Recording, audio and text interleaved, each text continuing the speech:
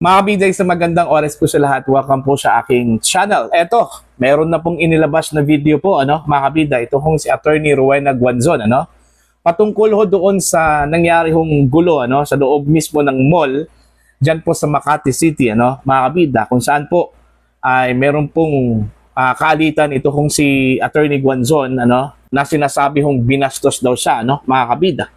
Okay? Pilit daw siyang pinapaalis sa mall dahil lang po sa kanya hong pag-ubo, mga kabida, sinabihan pa raw siya doon, may pambili ka ba ng face mask, Kaya doon ho nagalit ito hong si Attorney Rowena Guanzon, mga kabida, inilabas niya itong video para lang po linawin po, at ibigay niya yung kanya hong panig. May iba't ibang interpretasyon po, mga kabida, ang lumabas po sa social media, Kaya gusto ho niyang linawin galing mismo sa kanya, kung ano talaga ang nangyari doon ho sa loob mismo ng mall. Alright, ito pakinggan muna natin. Ito hong si Attorney Bing Guanzon. At pagkatapos niyan, mga kabida, magre-react po tayo. Narito po. Thank you sa mga nag-alala sa akin. At nag-video lang ako ngayon, kahit short lang ito, just to assure you that I'm okay. Mataas ang blood pressure ko kagabi, pero it's stabilized naman. And alam nyo naman ako, di naman ako nagagalit kung hindi talagang sukdulan yung injustice or mali, di ba? Si BBM nga, di ba? Tumayo ako doon sa cathedral at talagang speech ako doon na halos walang pahinga na.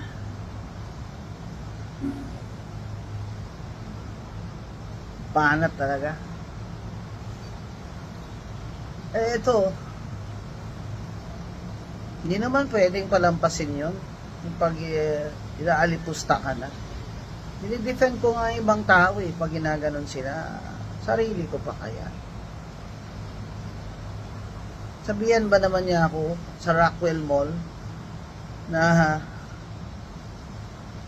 you're coughing, you should leave the mall, you should stay at home. Ha? Doon yun nagsimula. Tsaka ang dami kong kilala doon sa Rockwell Mall. Nakapaligid doon yung mga residents doon. Kilala ko yan sila, kilala nila ako. Isa pa nga, sinabi pa siya sa akin nung tinuntahan ko siya, I'm sorry sir for the commotion. Sabi nga niya, Miss Guanzon, gumanon pa nga Ibig sabihin, napahiya talaga ako doon sa ginawa ng taong yun.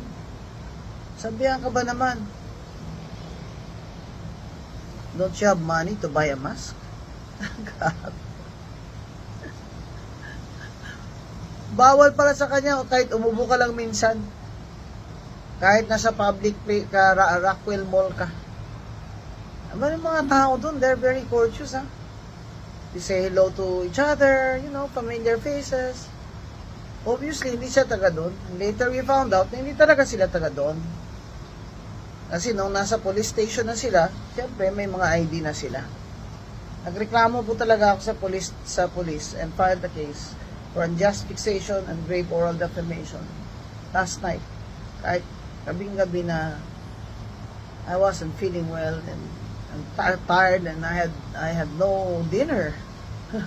So I ate one mushroom pie and a bottle of water. But I'm okay now. I want to just to let you know that I'm okay. I'm just resting today. Ako, tomorrow, out of town pa ako to give a speech to the Philippine Institute of Certified Public Accountants. And please watch my video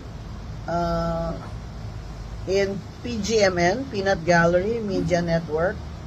And subscribe to my YouTube, Queen of Bardagulan. Kasi those are, yung sa YouTube ko po, I will post my full video telling you what happened. Kasi many people naman na kontra sa akin, they're taking advantage of this to malign me. Pinapaalala ko lang po sa tumuha ng video na bawal po talaga sa batas yun, kaya pinagbabawal yun sa Rockwell Mall. You have violated my right to privacy and that is a criminal offense. Kaya sana po pag nakita nyo yung video ko later, maybe later this afternoon, ay mas makita nyo yung buong katotohanan and story, and you can comment and if you like to defend me in any Facebook post. Thank you very much. I'm okay. I'll just rest today. I'll stay home and rest today. I'm monitoring my blood pressure the whole day, but I'm feeling okay. Thank you. Thank you very much to all those of you who are concerned for me and supporting me and who love me. Thank you. Ayun po. Yun yung panig po ni Attorney Guanzon, ano, mga kabida. Siguro kahit sino magagalit po, ano? Okay, kung ganun yung pagkasabi po, mga kabida, no? Mantakin nyo, pagsabihan ka po na umalis ka na dito kasi nakakahawa ka po, ano? Contagious dahil sa kanyang pag-ubo, ano, mga kabida. Minsan nga may mga ganung sitwasyon, di ba? Wala ho sigurong tao na hindi umuubo po, ano, mga kabida. Okay? Pero yung sitwasyon doon ho kay Attorney Guanzon, hindi man yun na ubo na as in may sakit, ano, mga kabida. Makati lang daw yung kanyang throat, ano, yung kanyang lalamunan po, ano, kaya nag-ubo po yun, ano, mga kabida. Pero hindi ibig sabihin may sakit po ito kung si Attorney Guanzon, ano. Baka natakot yung kanyang kalaban po, ano, mga kabida. Isang Chinese daw ito. Hindi naman po sinabi kung Chinese national or Chinese Filipino, ano, mga kabida. Alright? Yun yung naging kalaban po niya dun ho sa mall, ano, mga kabida. Lalaki po yun, ha? Lalaki po yun. Okay? So, natural lang talaga yung reaction po ni Attorney Guanzon. Kasi unang-una po, kilalang-kilala po yan, ano, mga kabida. Sikat na sikat po yan. Okay? At yung sabi po niya, mga kabida, na halos lahat ng mga tenants po doon, kakilala ko, ito kong si Attorney Guanzon. Since yun yung pagkasabi po, ano, ng kanyang kalaban, mga kabida, at siguro narinig po ng ilang mga tao po doon sa paligid, kaya bastos yung dating para ho kay Attorney Guanzon, ano? At siguro napahiya po siya doon. Kaya yun, nagalit po. Okay, uminit po ang ulo ni Attorney Rowena Guanzon at yun, tinalakan po, mga kabida, ito hong kanyang kalaban po, ano? Ito hong Chinese person na nagsabi ho sa kanya na umalis ka na, umuwi ka na sa inyo, baka makahawa ka pa, ano? Okay, ang masakit lang talaga doon, yung sinabihan daw siya na meron ba siyang pambayad, pambili po ng mask, face mask. Di ba? Ayun, pumutok po ito kung si Guanzon po, mga kabida. Baka naman po hindi po alam ng taong ito, ano, kung ano po yung kalidad po ni Guanzon. Kaya nga tinawag yan na Queen of Bardagulan, kasi parang Armalite yung kanyang bibig po, ano, mga kabida. Parang Armalite magsalita yan, walang tigil. Alright? Kaya yun yung nangyari. Nasampulan po, mga kabida, sa kanyang pagiging Queen of Bardagulan, ito hong taong ito. Ano, ito hong nakalaban po ni Attorney Guanzon sa loob mismo ng mall, ano, diyan po sa Makati City, ano po, mga kabida. Okay?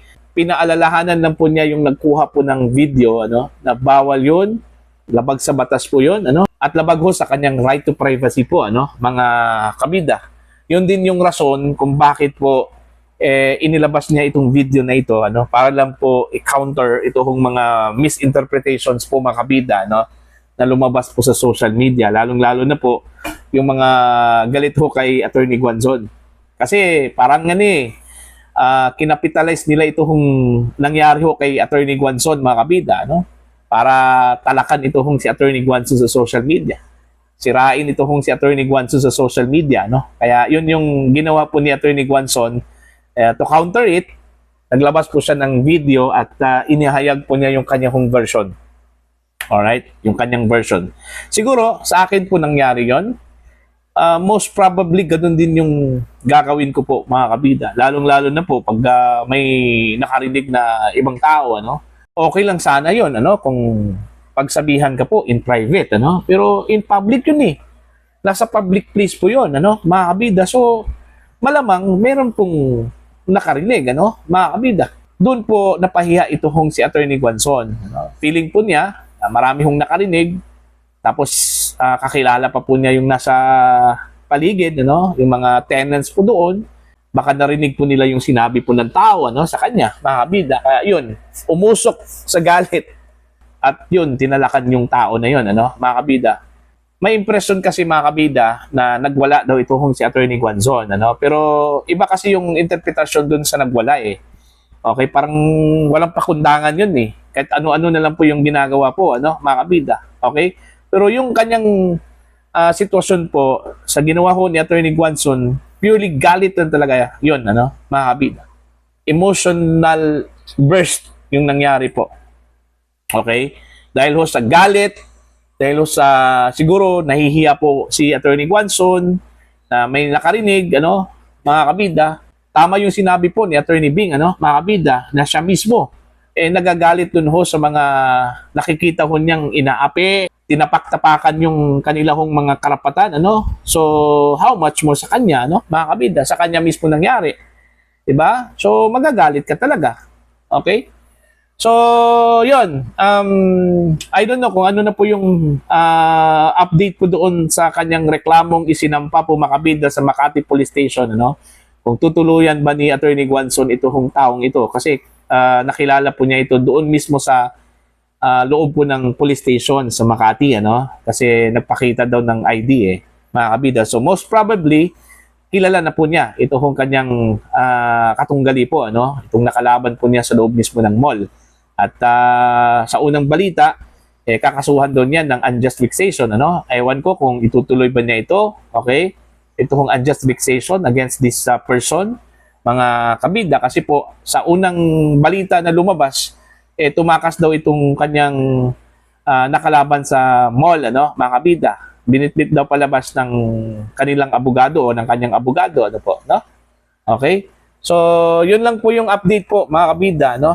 Now, lesson learned. Of course, both.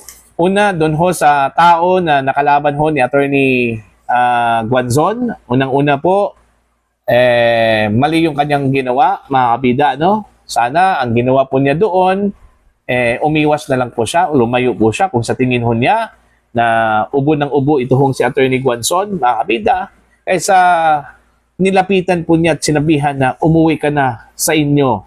Okay? Tapos baka makahawa ka, no? Mga kabida. Iba kasi yung dating Okay? Parang may contagious disease ito hong si Attorney Guanzon, mga kabida. At yung sinabi niya na may pambayad ka ba pambili ng face mask, insulto po yun, ano, mga kabida.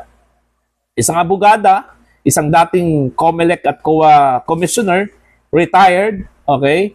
So meaning may pension, malaki yung pension. So for that, hindi maka-afford ng pambili po ng ng face mask. Mali po yung ginawa po ng tao na yon, ano, mga kabida.